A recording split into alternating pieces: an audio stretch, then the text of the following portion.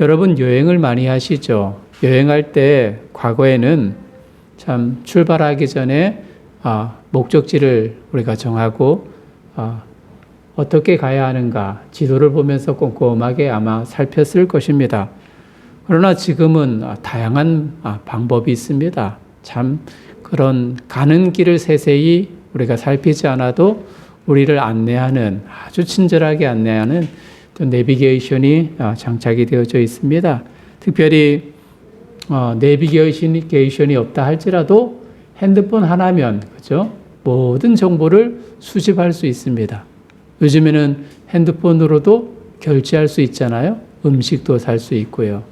또 여러 가지 맛집이나 또 이동 경로나 그리고 사람들의 호불호를 확인할 수 있는 그런 방법도 많이 있습니다. 또 특별히 계획 세우지 않아도 이런 하나의 서칭을 통해서 여행의 즐거움을 만끽할 수 있습니다. 또한 멀리 있어도 가까이 있는 사람처럼 보고 듣고 말할 수 있는 영상통화 시스템도 잘 구비되어져 있음을 우리는 확인합니다. 자, 이스라엘 백성은 시내산에 머물렀어요. 시내산에 머물면서 특별히 하나님께서 그들에게 함께 하시기 위해서 성막을 제작하라, 성막을 만들어라. 그래서 그 말씀을 따라서 성막을 만들었고요.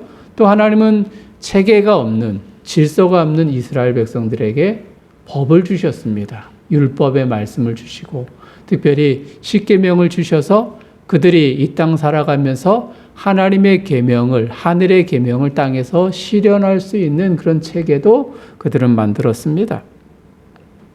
그래서 국가의 기초를 세워갔단 말이죠.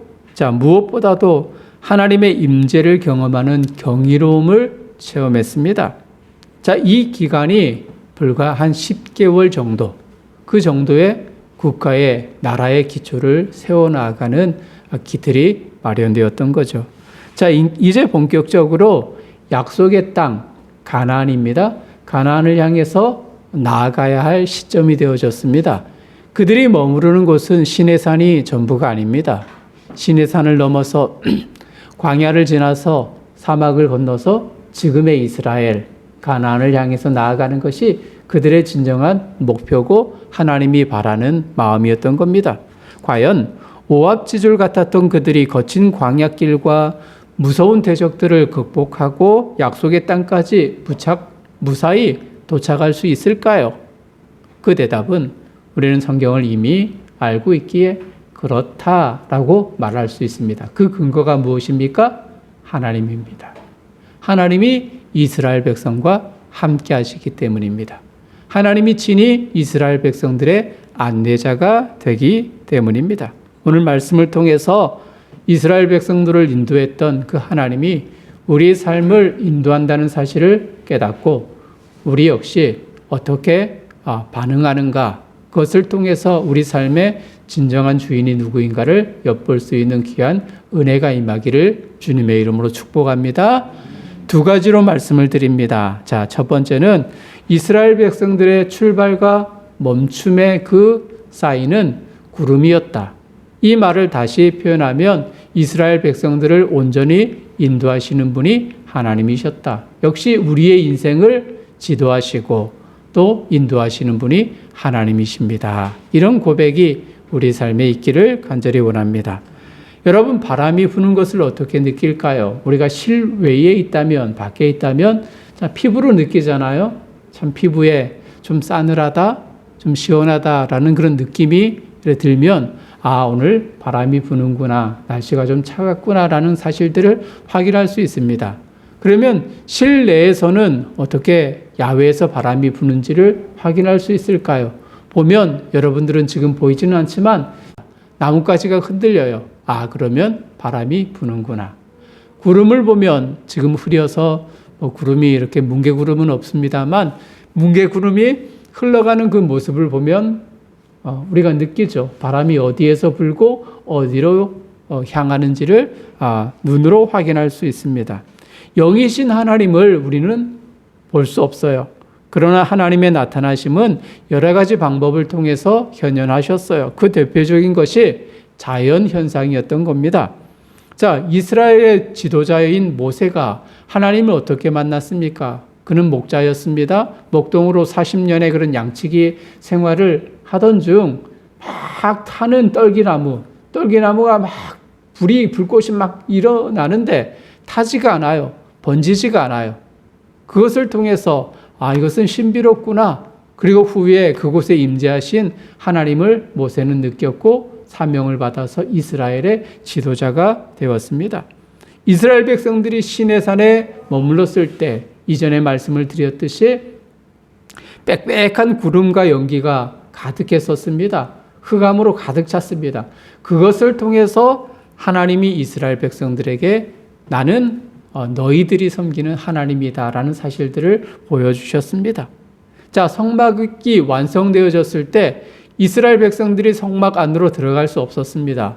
이유는 그 성막 안에 구름이 빽빽하게 들어서 하나님의 거룩한 임재가 그 안에 가득했기 때문입니다. 이처럼 자연 현상을 통해서 하나님은 이스라엘 백성들에게 보여주셨던 겁니다.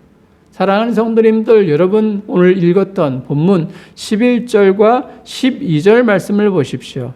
자, 이스라엘 백성 중심에 언제나 항상 가장 가운데 있었던 것이 바로 성막이었습니다. 이스라엘 백성들이 동서 남북으로 각 세 개의 지파들이 이렇게 형성이 되어져 배치되어져 있는데 언제나 그 중심에 가장 가운데는 성막이 있었어요. 사방에서 볼 수 있기에 그러했죠. 하나님의 영광을 상징하는 그 구름이 성막 위로 딱 떠오르면 이스라엘 백성들은 그들이 머물렀던, 그들이 숨쉬고 그들이 먹고 자고 했었던 그 장막을 거두었습니다. 정리를 했습니다. 왜죠? 출발 준비를 했던 거죠. 이제 하나님이 출발하시는구나 라는 그런 사인을 구름이 떠오르는 그 모습을 통해서 확인했던 겁니다. 그리고 구름이 움직이는 방향을 따라서 그들은 일제히 나아갑니다. 영광의 구름이 멈추는 그곳에 걸음을 중지하고 장막을 다시 펼쳐서 그들의 삶의 테두리를 마련했던 겁니다. 왜죠? 하나님이 그렇게 하도록 이스라엘 백성들에게 명령했기 때문입니다. 그 표시가 바로 구름이었어요. 하나님이 지휘관이 되셔서 앞서 가면 병사인 이스라엘 백성들은 그분을 따라 나아가기만 하면 됐던 거죠. 여러분, 만일 무능한 지휘관이라면 그 지휘관을 의지하고 따를 이유는 없습니다. 여러분, 전쟁 영화를 보면 정말 겁이 많고 무능한 지휘관은 병사들에게 이렇게 이야기해요. 앞으로 나아가라, 돌진 하면서 그는 오히려 뒤로 꽁무니를 빼죠. 그러나 용감하고 병사를 위하는 그런 지휘관이라면 어떻게 이야기합니까? 나를 따르라 그러면서 솔선수범하여서 적을 향해 나아가는 그 모습을 볼 수가 있는 거죠. 하나님은 유능한 지휘관이십니다. 먼저 이스라엘 백성들을 앞서 나가셔서 구름으로 백성들을 인도하시는 하나님이심을 우리는 느낄 수가 있어요. 자, 안내자 역할을 한 구름은 이스라엘 백성들을 어디까지 인도했냐면 가데스 바네아까지 인도를 합니다. 민수기 마지막 부분을 보면 확인할 수 있는데요. 이 가데스 바네아가 어떤 곳이냐면 가나안의 인근 접경 국경 지대입니다. 강만 건너면 요단 강만 건너면 가나안에 도착하는데 그 근처 지역이 가데스 바네아였어요.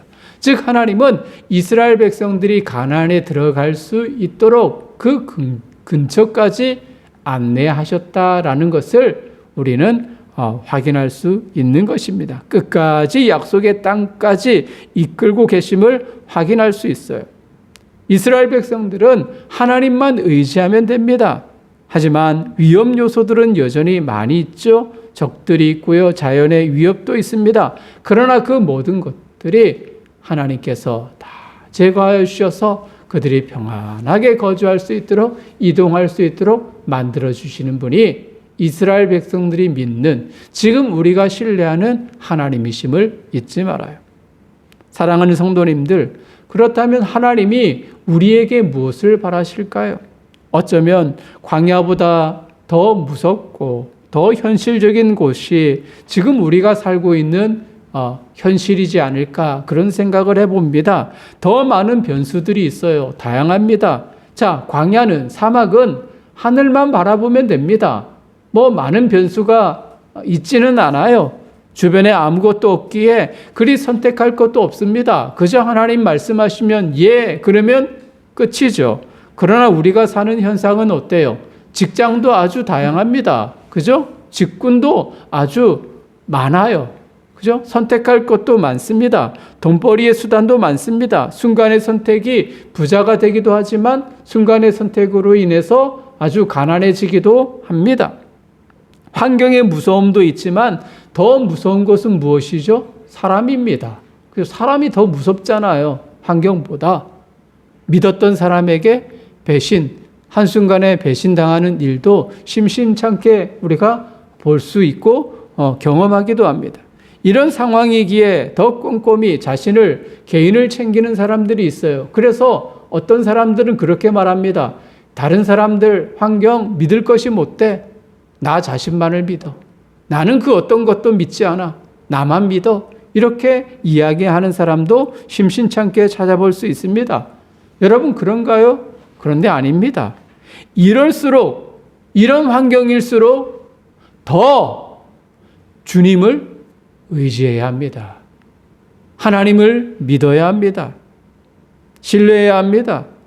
개인의 번영을 위해서 신앙을 포기하려 하는 사람들이 최근 많이 늘고 있어요. 가난한 사람들이 많이 있잖아요. 그걸 거꾸로 하면 안 나가. 교회 안 나가. 코로나 상황으로 인해서 많은 교회들, 또 사역자들 이야기를 들어보니까 참 뭐랄까요. 예전에 그 어떤 모습이 좀처럼 회복되지 않고 있다고 이야기를 합니다. 편하고 또 좀 더 내 삶을 즐기고자 하는 신앙인인데도 그렇게 여기면서 이전으로 돌아가지 아니하고 현실을 더 즐기고자 하는 사람들이 많다는 이야기들을 많이 듣습니다. 여러분, 신앙을 포기하려 한다면 멈추십시오. 더 큰 권력과 돈을 준다 해도 멈추십시오. 그것보다 소중한 것은 우리 영혼입니다. 우리 영혼을 위해서 우리 영혼에게 기꺼이 투자하는 것이 더 나은 선택임을 잊지 말아요. 하나님이 없는 달콤함으로 인도하려는 사단의 꾀임에 넘어가지 말아요. 하나님이 친히 우리의 인생을, 우리의 삶을, 우리의 영혼을 하나님 나라, 천국까지 인도한다는 사실을 잊지 마시고 하나님만을 더 신뢰하고 의지하는 저와 여러분들 되셨으면 좋겠습니다. 자, 두 번째, 하나님께서 이스라엘 백성들을 이끌어 가시는 그 방법은 하나님이 먼저 나아가시고 이스라엘 백성들은 순종했다라는 사실을 기억하십시오. 이것을 통해서 우리는 하나님의 말씀에 더 기꺼이 순종해야 한다는 결단과 의지가 우리 안에 내포되어져 있어야 하는 것입니다. 여러분 여행 중에 텐트를 쳐본 기억이 있습니까? 요즘에는 원터치형으로 해서 그냥 던지면 자동으로 텐트가 이렇게 펼쳐지는 그런 텐트도 있더라고요. 또 캠핑도 여러 지역마다 모든 장비들이 다 구비되어져서 좋은 환경 속에서 여가를 즐길 수 있는 그런 것들이 구비되어져 있습니다. 그런데 정말 캠핑다운 캠핑은 자기가 직접 텐트를 조립하고 만들고 또 그곳에서 가족들과 아름다운 정을 나누는 것입니다. 여러분 텐트를 칠 때 정말 끼워야 할 그 곳에 끼워야 하고 또 순서대로 펼쳐야만 완벽한 텐트가 만들어집니다. 만일 일정하지 않거나 순서가 바뀌어 버리면 엉망이 되어져 버립니다. 일정한 규칙과 방법이 있다는 말입니다. 여러분 음식을 만들 때도 그렇잖아요. 제가 가정주부는 아니라 잘 모르지만 된장찌개를 하나 만들더라도 순서가 있잖아요. 그죠? 간장을 넣는 순서, 파나 양파를 넣는 순서, 된장을 넣는 순서.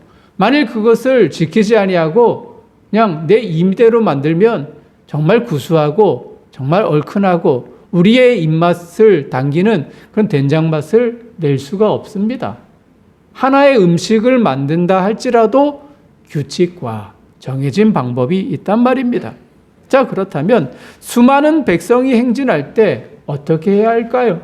이스라엘 백성들 참 많아요.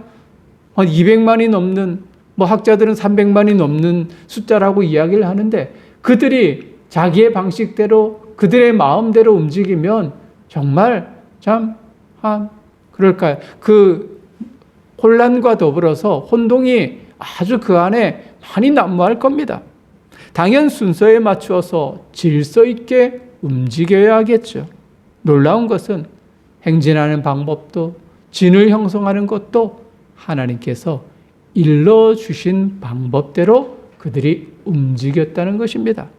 민수기 10장 13절 말씀을 보면은 이렇게 이야기합니다. 이와 같이 그들이 여호와께서 모세에게 명령하신 것을 따라 행진하기를 시작하였다 말합니다.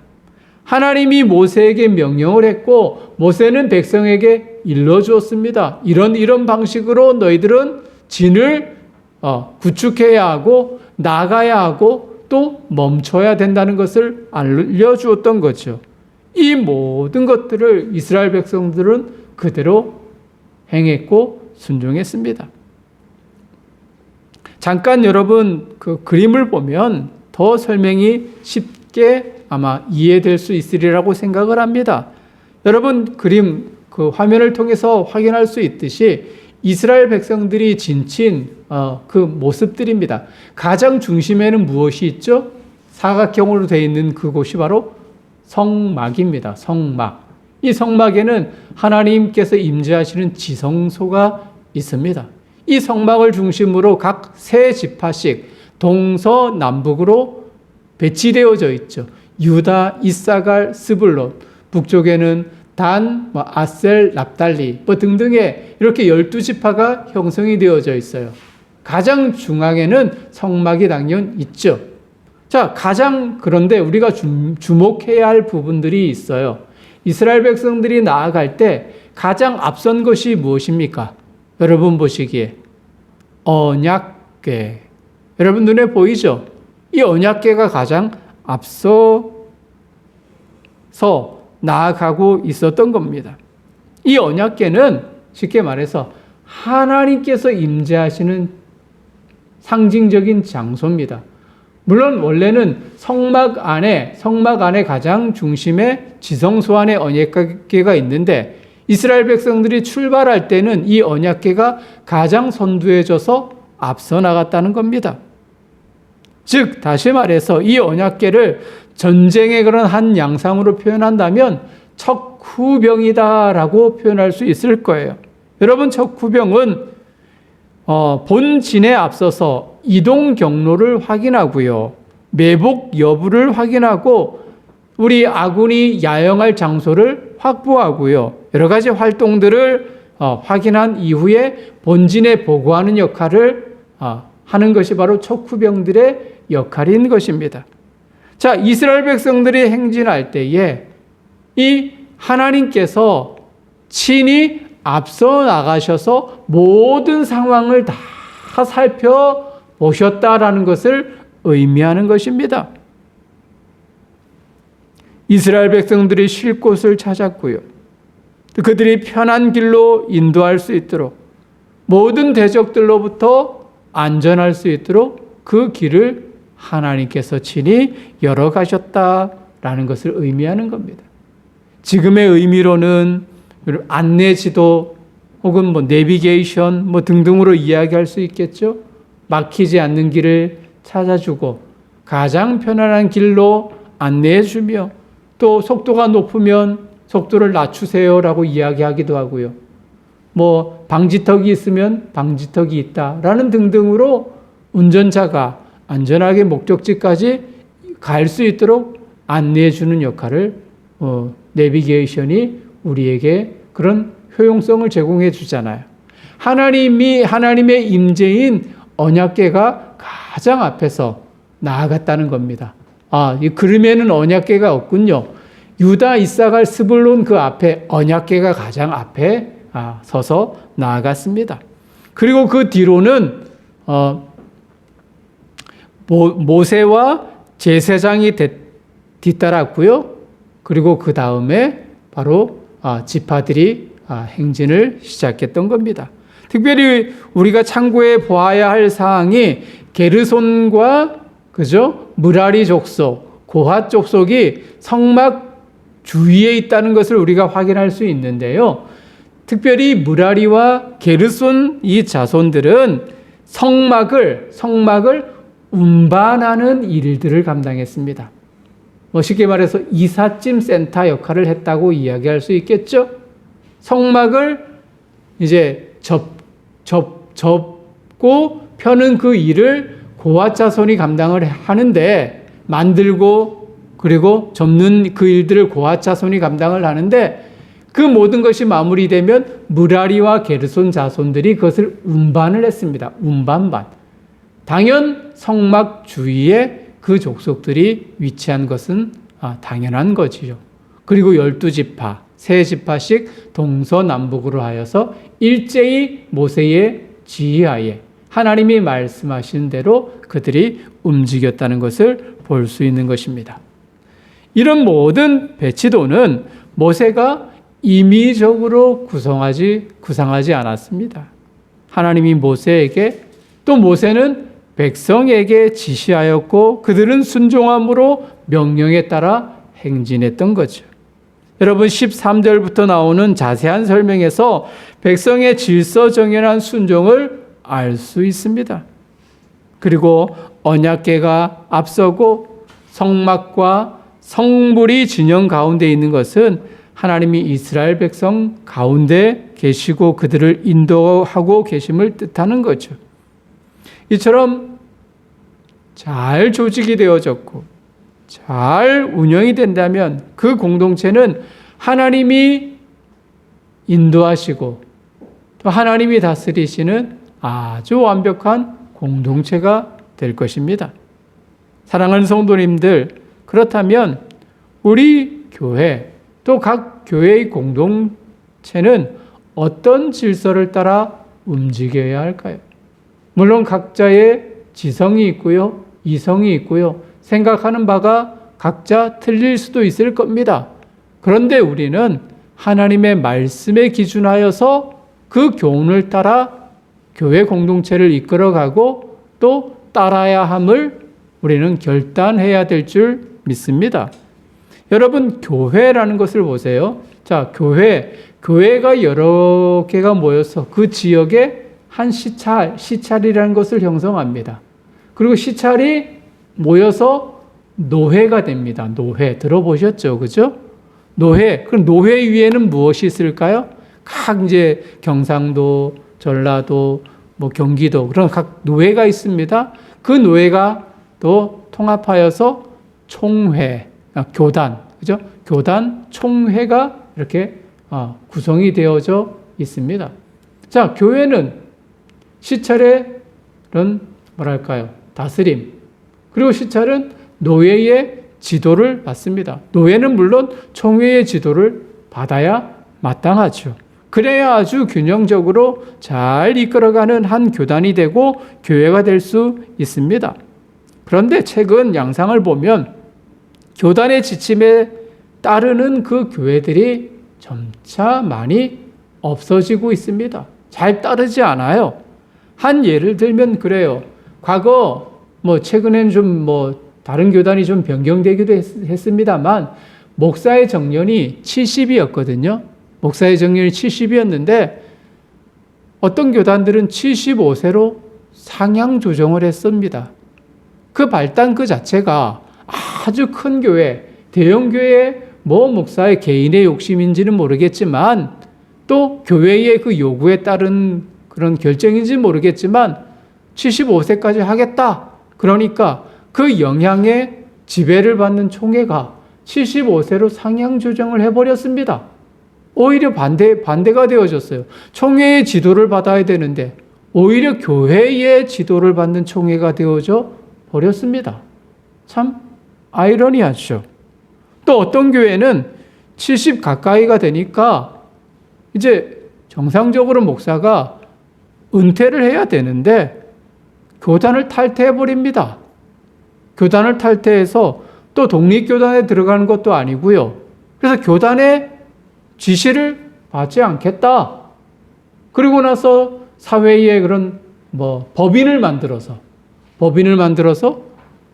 본인은 이사장으로 취임하고 그래서 끝까지 죽을 때까지 그 목회를 놓지 않겠다. 이렇게 월권하는 지도자도 보았습니다. 여러분, 하나님의 법, 규칙, 질서를 따르는 것이 하나님 나라 백성의 의무입니다. 물론 성경에는 정년이 없습니다만 하나님의 영적인 감동과 은혜로 공동체가 정했다면 기꺼이 그것을 따르고 순종하는 것이 바람직합니다. 성도도 마찬가지예요. 성도도 물론 도덕적이고 또 법적인 테두리에서 죄를 범하면 교회는 치리를 합니다. 근데 요즘에 치리가 많이 사라져 버렸어요. 그죠? 이 교회만 교회인가? 나는 다른 교회 간다. 그래서 다른 교회 가서 떳떳하게 신앙생활하는 분들을 많이 보았습니다. 신앙생활하는 것은 아니죠. 어쩔 수 없어서 이동하는 것이 아니라 교회에서 치리를 줬다고 해서 다른 교회 간다. 이전하는 그런 분들을 많이 봅니다. 아주 작은 부분에서 지켜야 할 양심과 도덕과 법을 마음에 간직하고 살아야 해요. 이것이 하나님 나라 백성의 온전한 삶의 방향인 겁니다. 하나님께서 정하신 그 말씀을 따라 하나님이 우리의 삶을 인도하시는 이스라엘 백성들을 인도하시고 친히 앞서가시고 구름을 따라 그들이 이동하는 방법과 멈추는 그 모든 것을 인도하시는 하나님의 그 인도하심이 있다는 것을 우리가 믿고 지금도 성령 하나님이 우리에게 심령에 조명하셔서 우리 삶을 이끌어 가신다는 것을 확신하고 우리가 믿는다면 하나님의 말씀에 따르는 것이 우리 삶의 가장 바람직한 신앙의 삶의 원칙이지 않겠습니까? 그러면 하나님께서 우리의 삶을 평탄케 하십니다. 가나안 인근까지 이스라엘 백성들을 인도했던 것처럼 하나님 나라 갈 때까지 우리 삶을 책임져 주시는 거예요. 29살 총각이 직장에서 퇴근하다가 횡단보도 그 근교에서 교통사고를 당했습니다. 다행히 목숨은 건졌습니다만 두 눈이 시력을 잃었어요. 실명했다는 말이죠. 아무것도 볼 수 없다는 그 절망감, 또 일할 수 없다는 그 허탈감에 그 무력감은 나날이 깊어만 갔습니다. 중환자실에 오랫동안 있었고요. 또 이후로 이제 일반 병실로 옮겨졌습니다. 그 일반 병실에서 한 꼬마를 만났어요. 이 꼬마는 이 청년을 참 매우 귀찮게 했던 거예요. 이 꼬마가 이 청년에게 이렇게 말해요. 아저씨, 왜 눈에 붕대를 감고 있어? 꼭 미라 같아. 이 청년이 좀 약간 불쾌한 감이 들잖아요. 야, 꼬마야, 저리 안 가? 다른 데 가서 놀아. 귀찮게 하지 마. 아저씨 화내지 마. 여기에는 아픈 사람 참 많아. 꼬마는 자신의 이름을 소개했어요. 나는 정혜야. 정혜라고 해요. 그리고는 아저씨와 며칠 동안 이야기를 나누며 이제 점차 소통이 되어가고 이제 친구가 되었습니다. 아니 중간에 그런 이야기는 생략하고요. 그렇게 이제 아저씨와 정혜는 병원에서도 이제 소문난 커플이 되었습니다. 사이가 좋다는 이야기였죠. 이제 아저씨가 꼬마에게 물어요. 정혜야, 너 꿈이 뭐니? 응, 난 아저씨와 결혼하는 거. 내가 그렇게 잘생겼니? 가만히 있다가 꼬마가 그러고 보니 아저씨 못생겼어. 이렇게 이야기합니다. 그리고 며칠 후에 이 정혜는 수술을 하러 이제 수술실로 들어갔고요. 이 총각은 2주 후에 퇴원을 했습니다. 어느 날 이 총각집에 전화가 왔어요. 최호섭 씨? 네, 제가 최호섭입니다. 축하드립니다. 안구 기증자가 나타났습니다.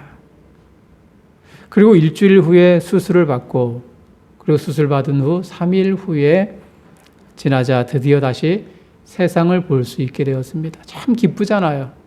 그래서 안구를 기증한 사람이 누구인지 또 소식을 병원에 여쭙고 나중에 듣게 된 그 이야기는 그녀는 백혈병 환자였던 정혜였던 겁니다. 그 꼬마였던 거죠. 한 번도 정혜를 본 적이 없어서 이분은 그 정혜가 정말 건강할 한 꼬마인 줄 알았는데 그렇지 않았던 겁니다. 정혜의 어머니는 아이가 남긴 그 편지를 이 청년에게 건넸습니다. 내용은 이래요. 아저씨, 나 정혜야. 이제 거기 수술실에 들어간다. 옛날에 옆 침대 언니도 거기에서 하늘로 갔는데 정혜도 어떻게 될지는 모르겠어.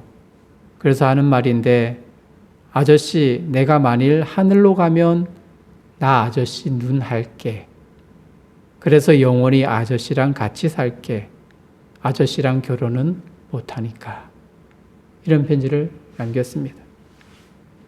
총각의 눈에는 눈물이 주르륵 흘렀습니다. 여러분, 이 이야기는 실화입니다. 사실입니다.